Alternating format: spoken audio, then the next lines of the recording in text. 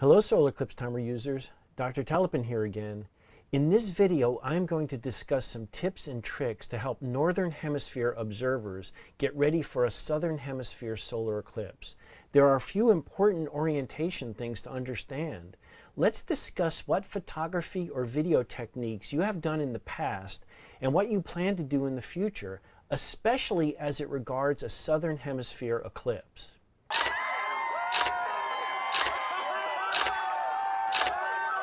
"40 seconds. Observe umbra approach." My first two eclipses were in the Southern Hemisphere, and I made equipment orientation errors at both. I want to discuss my mistakes so you are better prepared if you are a Northern Hemisphere person going to the Southern Hemisphere for the first time to observe a solar eclipse. As an educational aid, I have fabricated a sample observing position hanging on a sheet. It is marked with a horizon, east and west, and an exaggerated ecliptic, the red line. I can simply move from one side of the sheet to the other to test orienting gear in the Northern Hemisphere versus the Southern Hemisphere and pointing to the ecliptic. The ecliptic is the path of the sun through the sky. In the Northern Hemisphere, when looking to the south at the ecliptic, the sun rises on your left and sets on your right.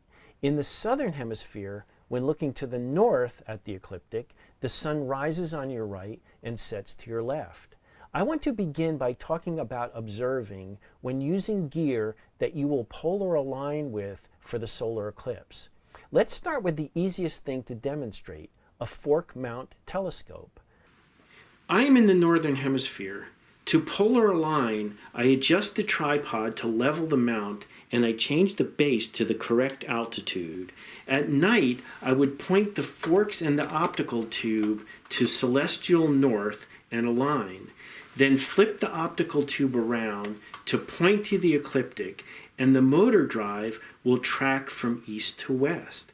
But during the day, I will just point the forks to true north before flipping the optical tube. Okay, let's move to the other side, to the Southern Hemisphere. If I bring this to the Southern Hemisphere, everything is basically the same. I level the mount, lock in the altitude, and align to true south. And the optical tube pointed at the ecliptic will track the sun, provided I do one other important thing. I have to change the direction of the motor drive in the base of the scope from Northern Hemisphere to Southern Hemisphere because the motor has to move the opposite way to track the sun in the sky from east to west.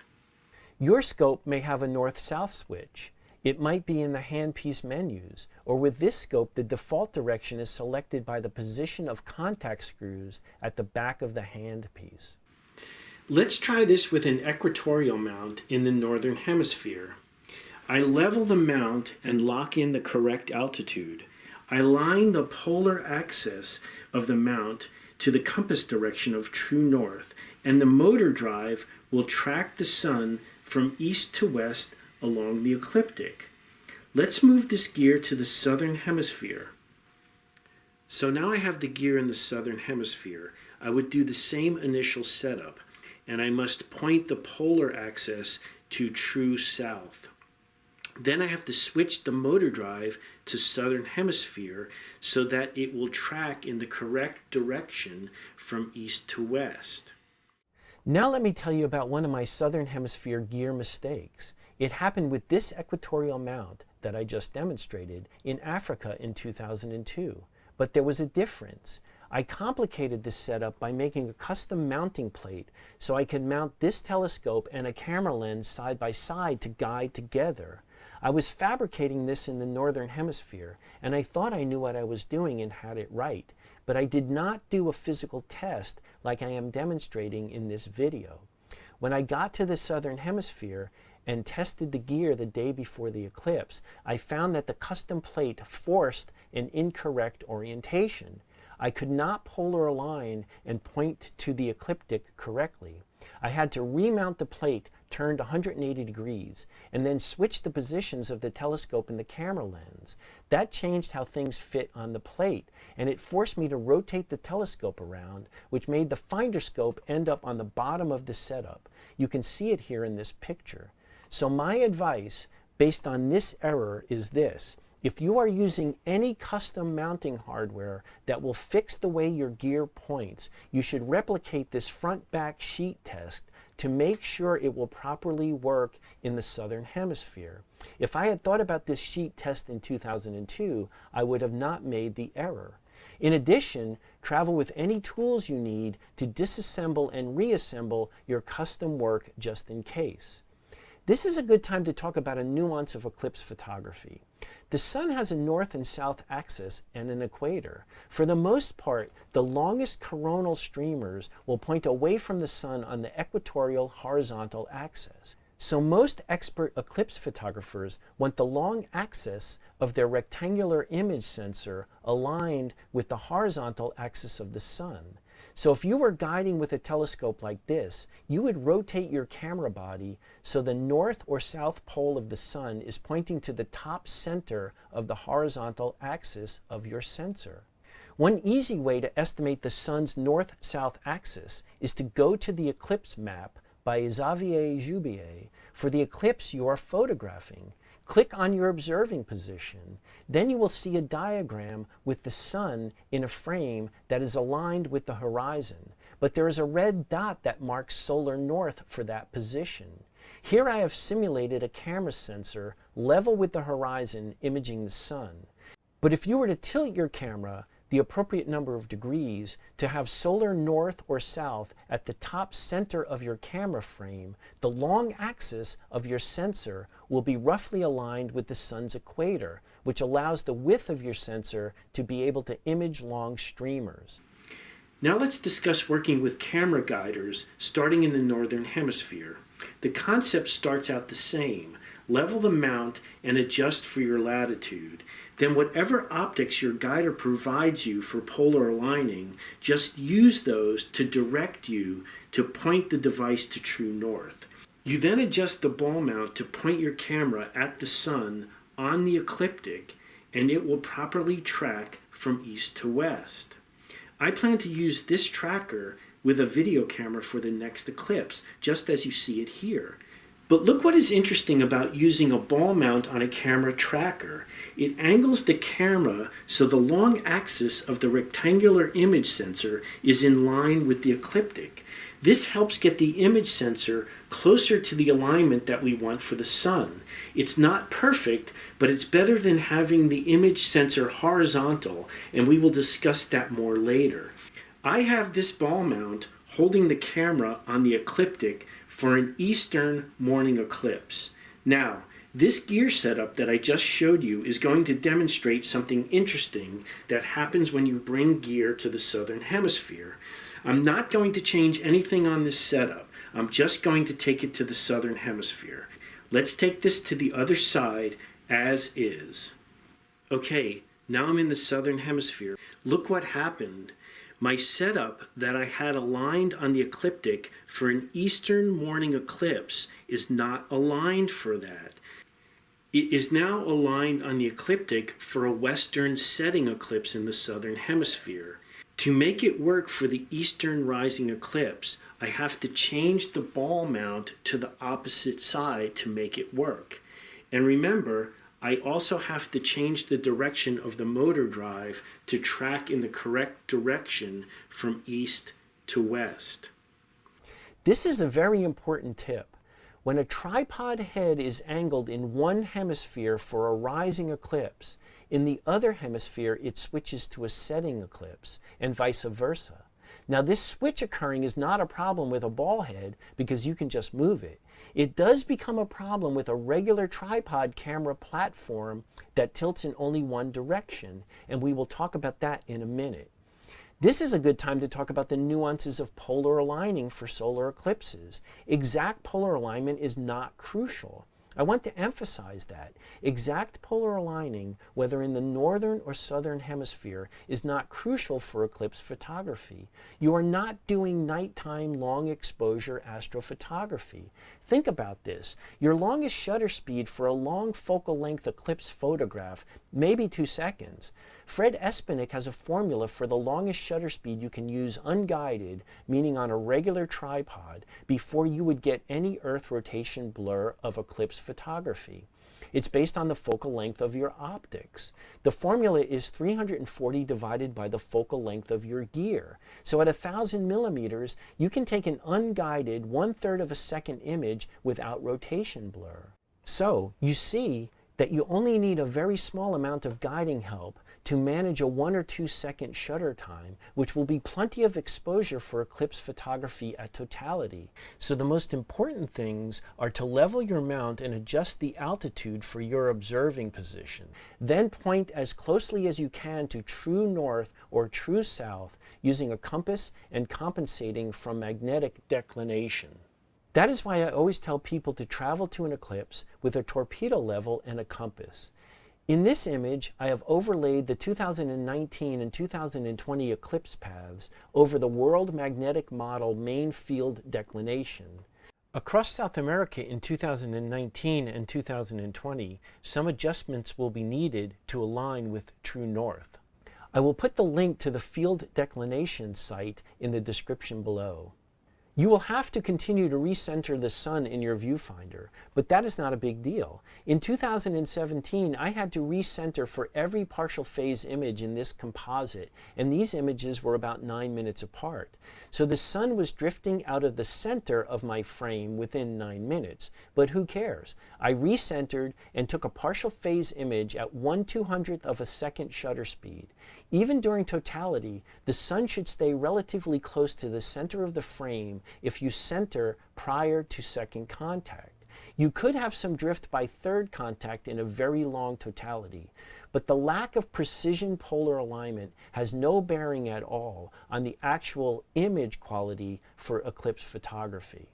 Now let's talk about the most simple way to photograph an eclipse when it comes to gear. You have a camera on a level tripod and you just shoot images during the eclipse. It doesn't get more simple than that. If you have done this or you plan to do this in the future, I want to simulate what your pictures are imaging through the eclipse. I will use the Eclipse Mega Movie Simulator for the 2017 eclipse to demonstrate something. This simulator reproduces the path of the sun through the sky for any observing position during that eclipse. So let's play the west coast. This was a rising eclipse there. The sun is angling upward. Now let's play the path in Kentucky at the point of greatest eclipse. You see that the ecliptic is more horizontal there. Then, on the east coast, the eclipse starts to become a setting eclipse and the ecliptic begins to angle again, just in the opposite way from the west coast. Now watch the sequence of these 3 mega movie observing sites again, but I am going to superimpose a camera sensor on a level tripod. Let's run the movie.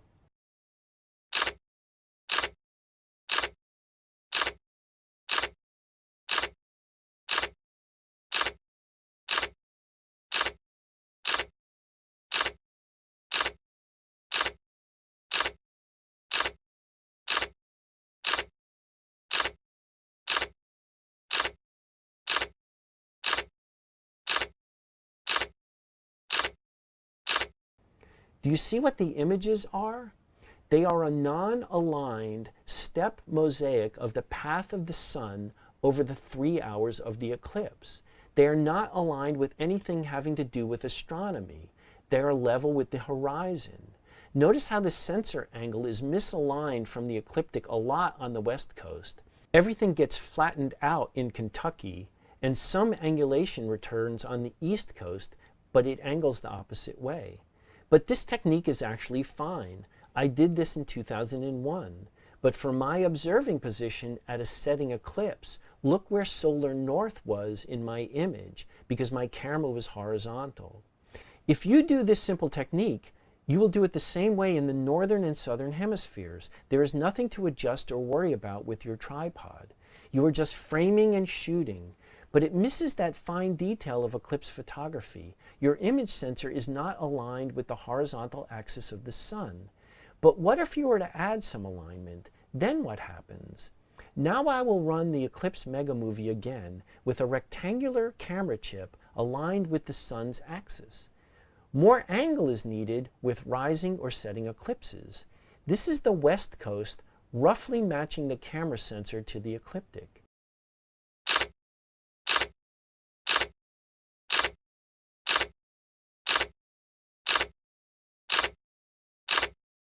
And this is on the east coast, roughly doing an alignment.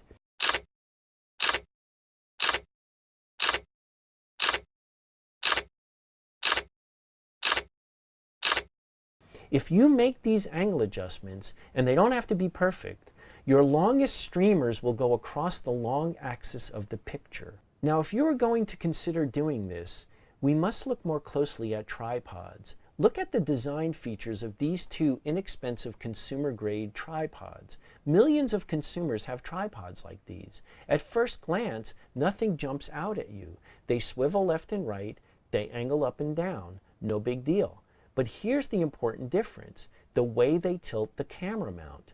One tilts one way, the second tilts the other way. I own a number of tripods that tilt one way or the other.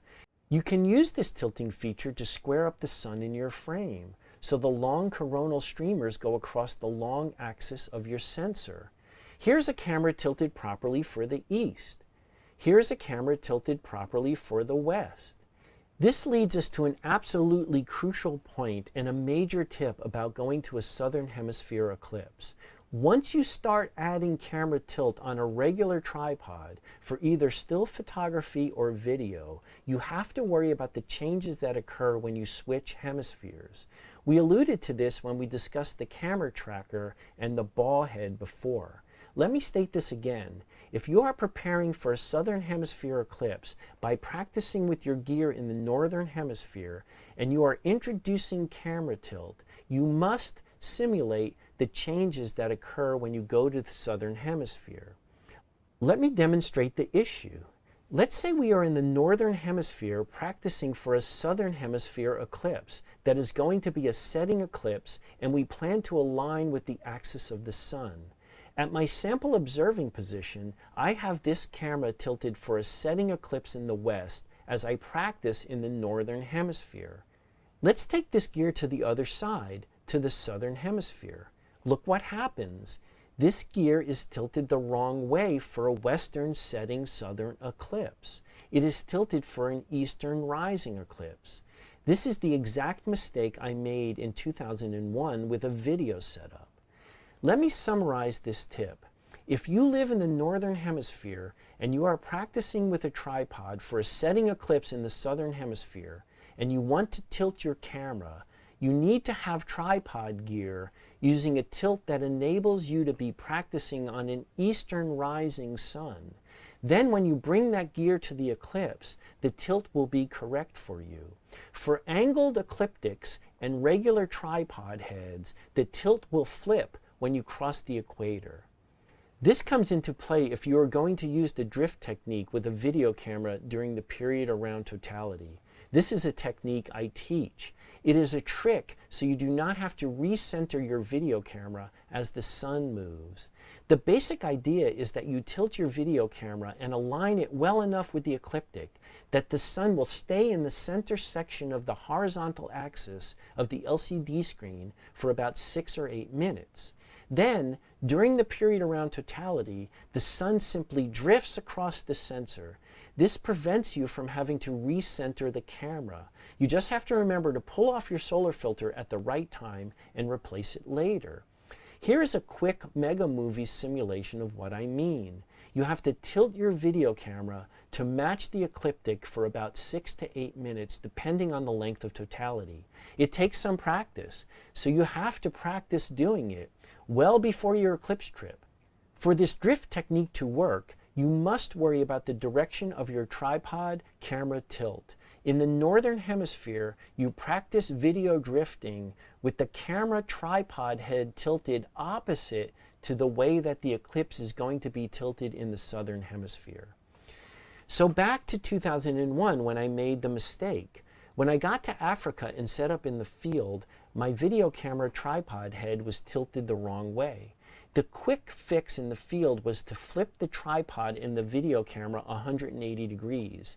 This allowed me to tilt the correct way and align with the ecliptic. Look at this picture from that eclipse. You see how the elevation control is on the opposite side of where I will be standing. I wish more people would learn the drift technique. It is a very powerful way to smoothly document totality without having motorized guiding. In 2001, look how tilted the ecliptic was at eclipse time from my location. Let me show you my drift video from that eclipse, sped up, and look how beautiful it is to see totality with the drift technique. It's smooth and also allows you to appreciate that things are in motion. Plus you will have great audio of the excitement of the crowd. This clip represents about 6 minutes of smooth drift. So let's label this group of 4 tripods. In the Northern Hemisphere, if the front of these tripods are directed south, these 2 tripods have a tilt that works for eclipses that are in the rising portion of the ecliptic in the Northern Hemisphere. Use these 2 in the Southern Hemisphere for eclipses in the setting portion of the ecliptic. In the Northern Hemisphere, these 2 tripods have a tilt that works for eclipses in the setting portion of the ecliptic in the Northern Hemisphere. Use these 2 in the Southern Hemisphere for eclipses in the rising portion of the ecliptic in the Southern Hemisphere. Overall, this tripod recommendation works for any mid-latitude eclipses with a nice west to east path. Other variables can enter the picture, especially eclipses at extreme latitudes with odd directions to the paths. So that is my overview for Northern Hemisphere folks getting ready for their first Southern Hemisphere eclipse. It can be disorienting, and it can affect your gear setup, so it takes some thought as you prepare in the Northern Hemisphere. If you have never observed an eclipse in the Southern Hemisphere, I recommend that you make up a hanging sheet like I did for this video and set up your gear on the Northern Hemisphere side and then move it to the Southern Hemisphere side and see how everything is working. This idea would have helped me prevent mistakes in 2001 and 2002. My goal is to help you get it right the first time. One final thing, since you have traveled to the Southern Hemisphere, if you want to do some nighttime observing and astrophotography, then accurate polar aligning to the celestial South Pole will be necessary. So I will put a link in the description below to another astronomer's YouTube channel regarding tips for polar aligning in the Southern Hemisphere. Thank you for watching this Solar Eclipse Timer episode. I hope you found this video helpful. If you like my work, please tell others about this channel and share this video. Consider subscribing and click the bell so you know when I release new videos. Please post comments. More eclipse information is available on my website. Thanks again. I appreciate your time.